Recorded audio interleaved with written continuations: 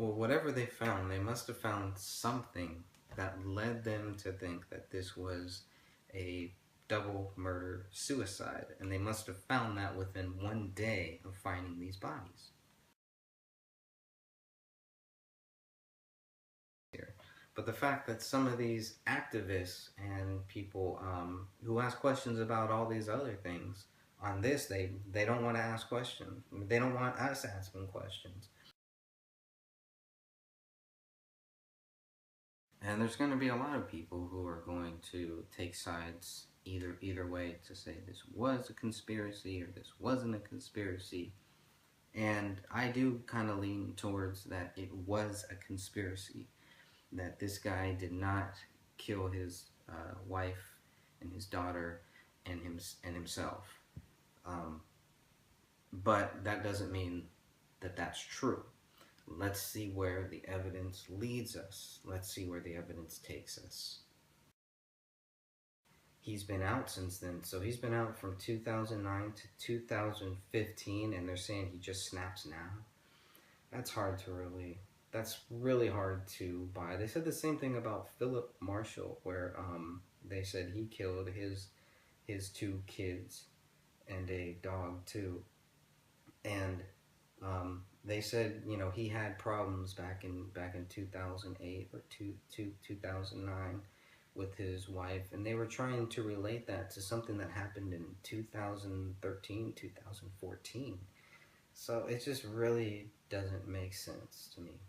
And it, you know, but that's okay. It doesn't have to, and you don't have to agree with that. All you have to do is help me. You know, help me, show me where I'm wrong. Show me why my questions are not valid. You know, how do we support freedom of speech? How do we talk about what the government is doing to us, and then we're going to try to stifle other people's freedom of speech? So no matter how, you know, weird or crazy it might seem to us, those questions are making it harder for those family and friends. Well, you know what makes it even harder is to deal with, if your theory is true, and if the police theory is true, it's going to be harder to deal with the fact that this guy killed his wife and his daughter. If it's true, then the people who are involved with the Gray State movie should not put it out.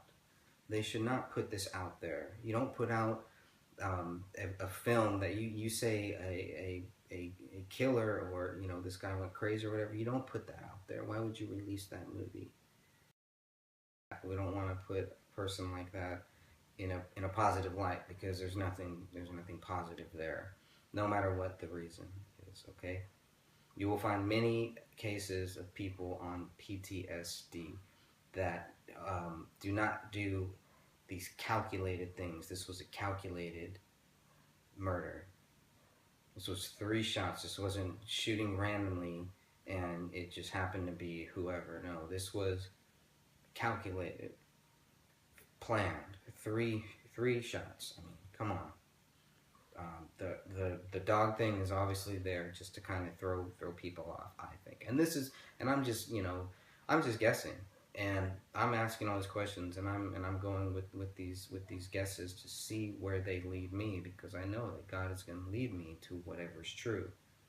And we can't be scared. We can't be silent because we are scared. These activists out there should not be so silent, and should not be trying to stop people from asking these questions.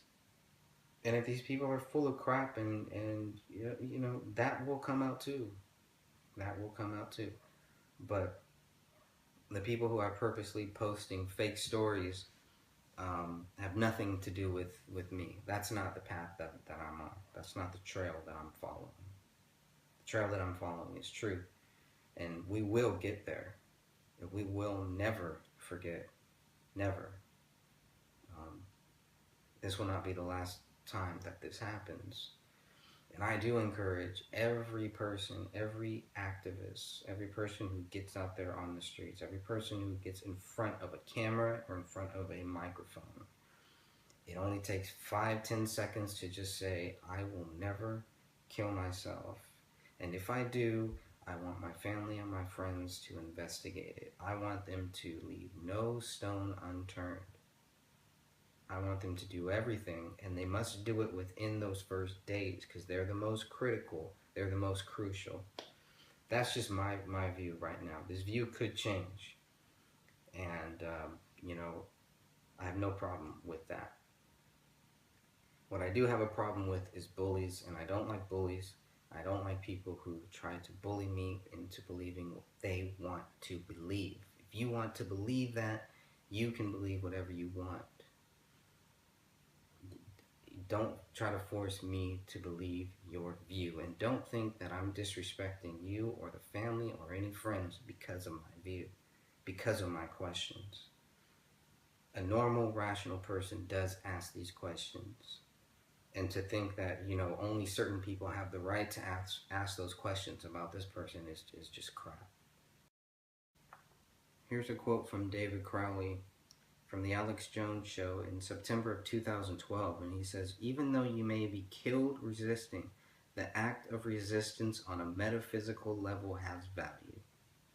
So this guy was apparently willing to die for this cause, to die for truth, and to die for freedom.